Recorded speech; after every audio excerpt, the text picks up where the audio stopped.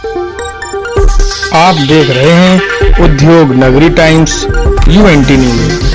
त्योहार है, इसके विषय में आप क्या कहना चाहेंगे जिससे जो खाना मजलूमों को दिया जाता है मिस्कीनों को, वो खाना कहीं ना कहीं बर्बाद हो जाता है। वो एक कैपेसिटी है खाने की, खुराक की, और वो बहुत ज़्यादा पहुंच जाता है।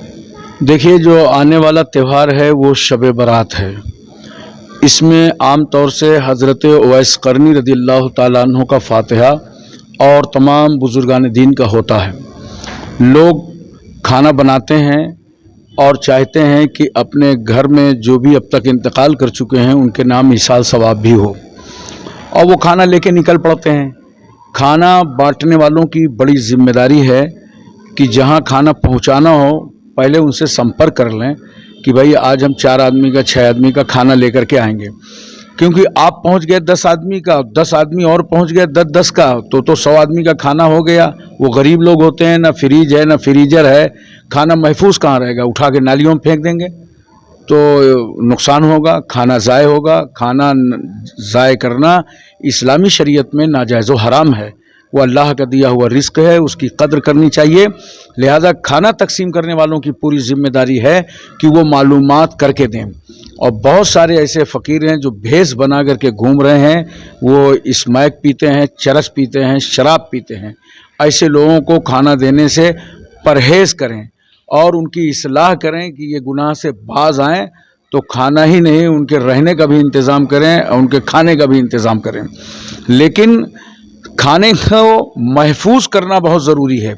ये तो एक त्यौहार है। त्यौहार के अलावा शादियां होती हैं, तकरीबन पूरे साल शादियां होती रहती हैं।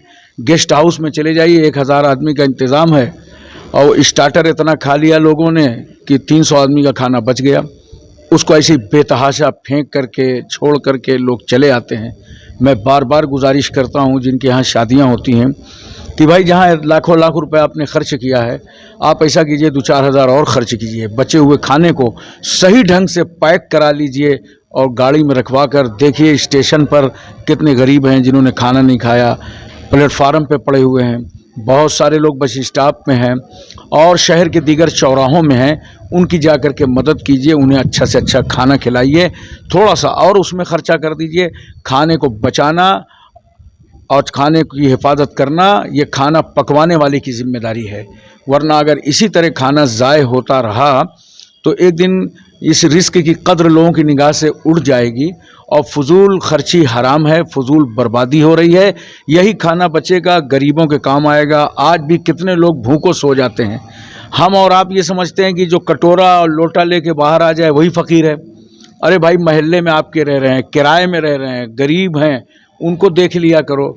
और कोई ज़रूरी नहीं कि उनको बताओ कि हम ये ज़कात फ़ितरा का खाना लाए हैं या फ़ातिहा का लाए हैं। उनसे बोलो आज दावत का इंतज़ाम किया था, अरे भाई 2 आदमी का आपके लिए खाना लाए हैं। मोहब्बत के साथ और इज़्ज़त के साथ उनको भी खाना पेश करें।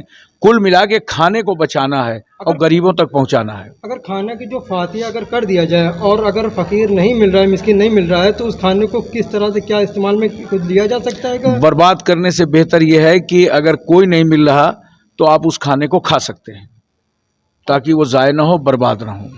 फिर उस जो इसाले सवाब करना है उसको किस तरह से इसाले सवाब करे?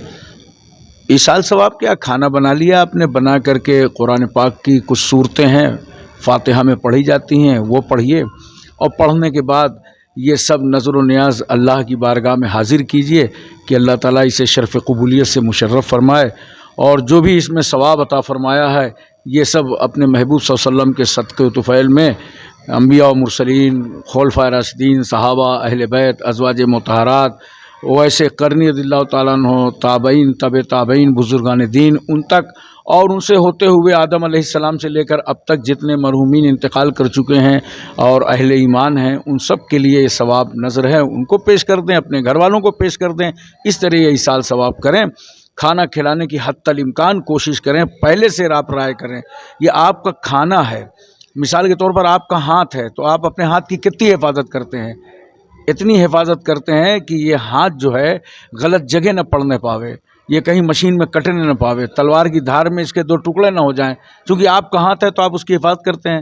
اسی طرح جو بھی کھانا آپ نے بنایا ہے یہ اللہ کا دیا ہوا رزق ہے، آپ کا ہے، آپ اسی لگن سے اس کی حفاظت کیجئے کہ وہ مستحقوں تک پہنچے اور ایسے لوگوں تک نہ پہنچے جو کھانے کو برباد کر دیں۔